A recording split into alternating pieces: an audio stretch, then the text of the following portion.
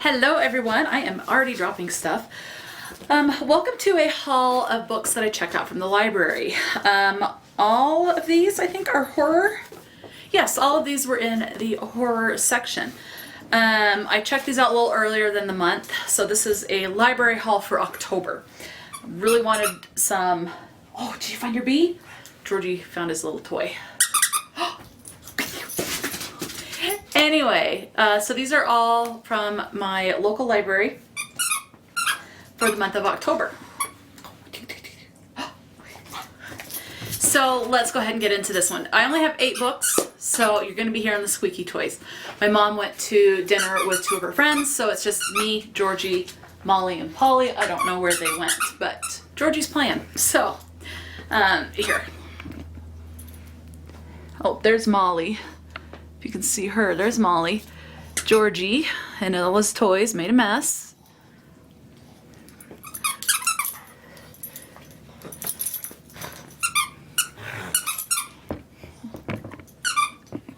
So you're going to be hearing squeaking.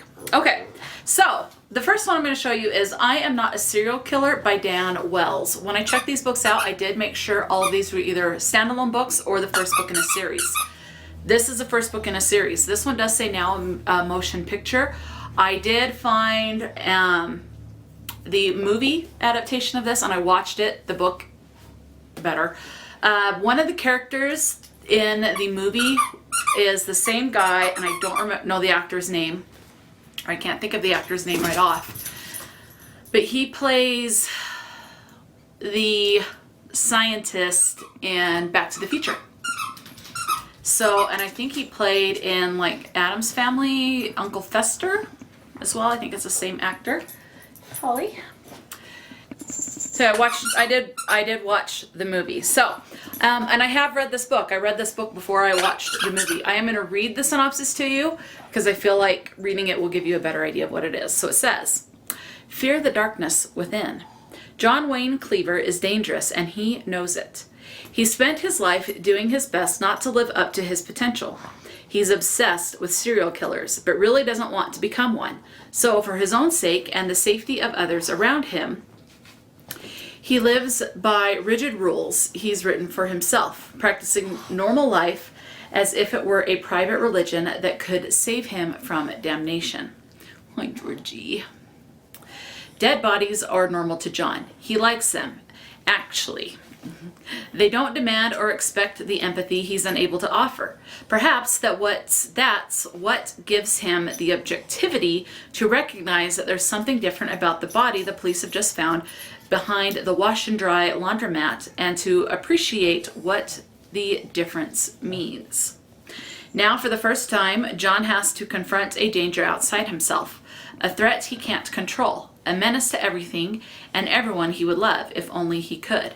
Dan Wells, and then it says this is Dan Wells' debut novel, is the first volume of a trilogy, except I think this is actually like quite a bit longer. So I actually enjoyed this enough. I ended up giving this one 4 stars. Think there's a serial killer in a small town, so it's a small town serial killer. The main character that we're following, John Wayne Clark, he has the potential to be a serial killer himself. He definitely ticks all the boxes like bedwetting, fascination with serial killers, things like that. So he ticks off those boxes. But I enjoyed this enough. I give this 4 stars, and I definitely want to continue this series. Now, here's the thing. Goodreads has this tagged as a YA. I got this from the adult section of my library, so I'm wondering if we're going to be following the same character as he ages. I can see this being tagged as YA on Goodreads because the main character is in high school. He is like 16, 17, 15, somewhere right in that little range. But this does get gruesome, and due to the heavy death and gore content, I can definitely see this needing to be more tagged as an adult. So take that with that what you will. It is again, it's tagged on Goodreads as young adult, but in my library it's adult. So anyway, so that's that one. So when I bought myself this book, I did buy the second book. So in my October haul, you will see these, and you'll see the second book. Next up from my library, I have not read any more of these. I have not read, and I don't know what the synopsis is on the rest of these. I just know that they're first in a series or they are standalones. We're going to lay down and take a little nap now, okay? All right. This is The Dark Between the Trees by Fiona Barnett. This one says 1643. Okay, so this one's going to have historical elements. A small group of parliamentarian soldiers are ambushed in an isolated part of northern England. Their only hope for survival is to flee into the nearby Moresby Wood. Unwise though that may seem, for Moresby Wood is known to be an unnatural place, the realm of witchcraft and shadows, where the devil is said to go walking by moonlight. 17 men enter the wood. Only 2 are ever seen again, and the stories they tell of what happened make no sense. Stories of shifting landscapes, of trees that appear and disappear at will, and of something else, something dark, something hungry. Today, 5 women are headed into Moresby Wood to discover once and for all what happened to that unfortunate group of soldiers. They are led by Dr. Alice Christopher, a historian who has devoted her entire academic career to uncovering the secrets of Moresby Wood. Armed with metal detectors, GPS units, mobile phones, and the most recent map of the area, which is nearly 50 years old, Dr. Christopher's group enters the wood ready for anything, or so they think. There is a thing by Claire North, a little quote. It says, creepy as hell, and I hope that this is creepy. So, looking forward to that one. Okay, next I have, this one's a bit heftier. This one is called The Camp, and this is by Nancy Bush.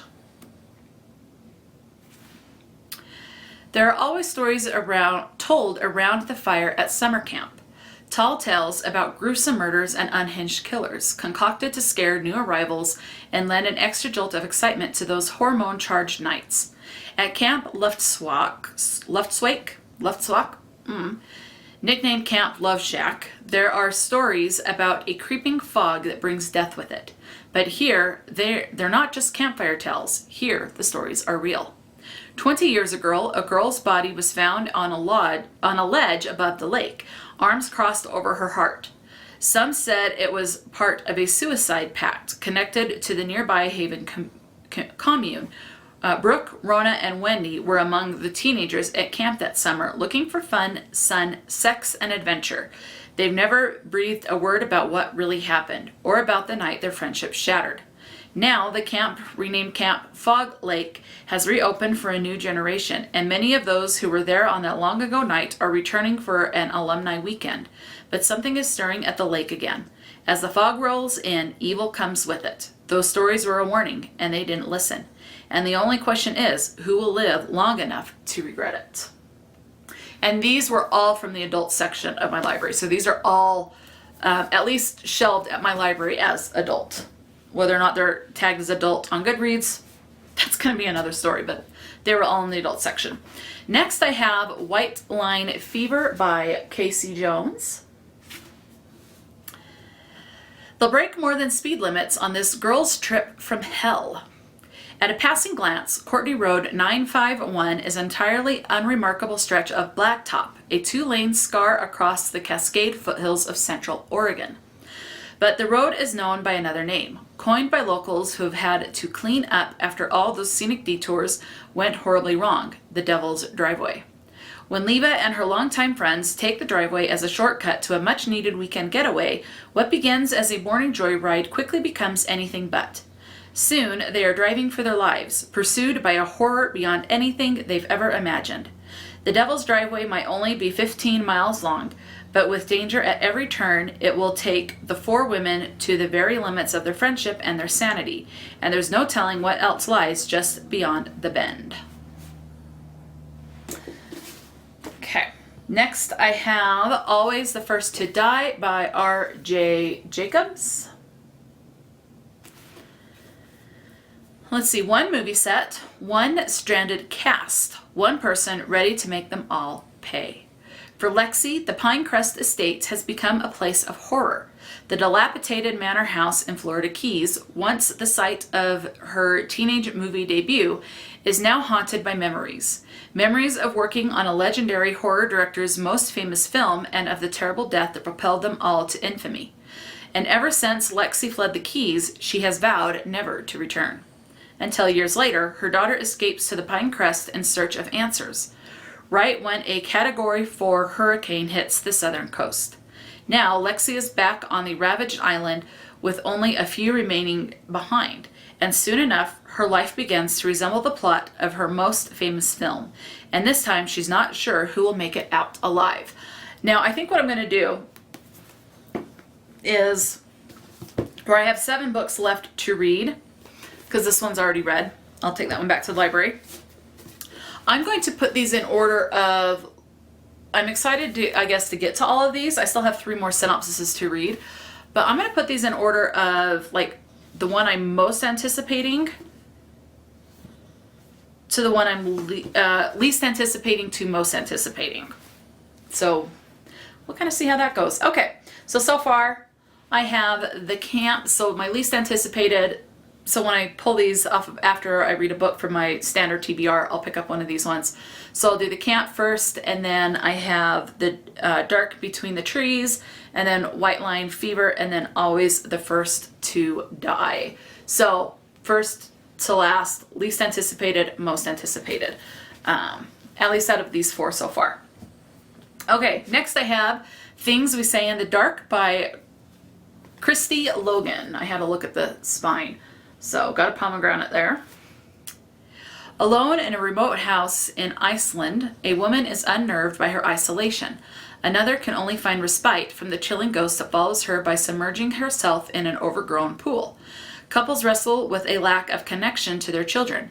A schoolgirl becomes obsessed with the female anatomical models in a museum, and a cheery account of a child's day out is undercut by chilling footnotes.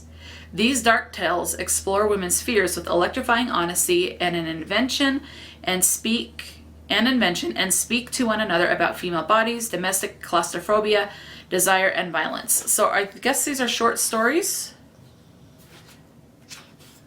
That's what it sounds like. So I'll put this one as my least favorite.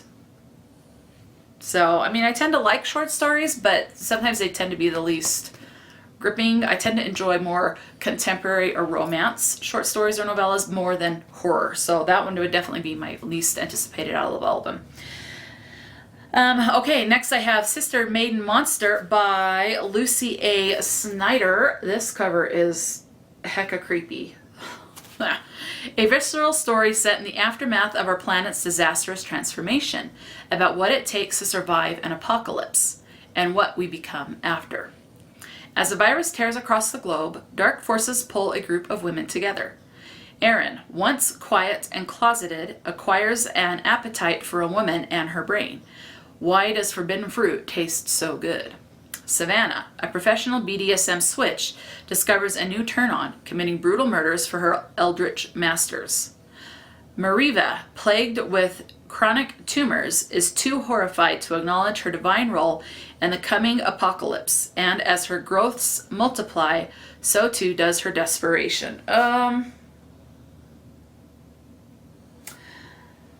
I'm going to put this one kind of second to last. I think that Always First to Die sounds just a little bit more intriguing, but that one is close. Okay, this last one I have to show you, and this one is Secret Santa by Andrew Schaefer. It says, the gift that keeps on giving. And then I think it says All I Want for Christmas, but there's a library sticker covering it. It says, out of work, and then, so I'm just continuing after that. It says, out of work for months, Lucy Meyer, I'm guessing it's Lucy, is desperate to work anywhere in publishing. Prestigious Blackwood Patterson isn't the perfect fit, but a bizarre set of circumstances leads to her hire and a firm mandate. Lucy must find the next horror superstar to compete with Stephen King, Anne Rice, and Peter Straub. It's the 80s after all, and horror is the hottest genre in the industry. Okay, so involves the publishing world or book world. But as soon as she arrives, Lucy finds herself the target of a mean-spirited pranks by her co-workers who clearly don't want her there. The hazing reaches its peak during the company's annual Secret Santa gift exchange, when Lucy receives a strange gift that she recognizes but doesn't understand. Suddenly, her co-workers begin falling victim to a series of horrific accidents, and Lucy suspects her gift is involved somehow. With the help of her former author Fabian Nightingale, Lucy must track down her anonymous Secret Santa and figure out the true meaning of the mysterious object in her possession before it destroys the company and possesses her. Ooh, okay, possession. I like books with possession, so this is the most intriguing one just because it hints to that. So, the order that I will be reading these in is this order here. So, from least intriguing to most intriguing. They're all intriguing, but just kind of on a scale of what, after reading the synopsis, of what sounds the most interesting to me. So from least to most, we have things we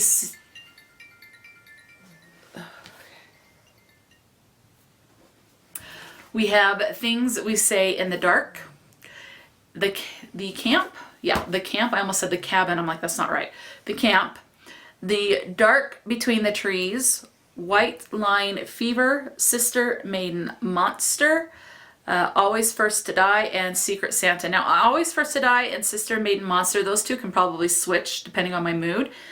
So these two can probably switch places randomly at times. But this is the most intriguing stack, or from least intriguing to most intriguing. Let me know, have you read any of these books? They're all horror, so let me know if you've read any of these, or if any of these sound particularly intriguing to you. Definitely let me know your thoughts.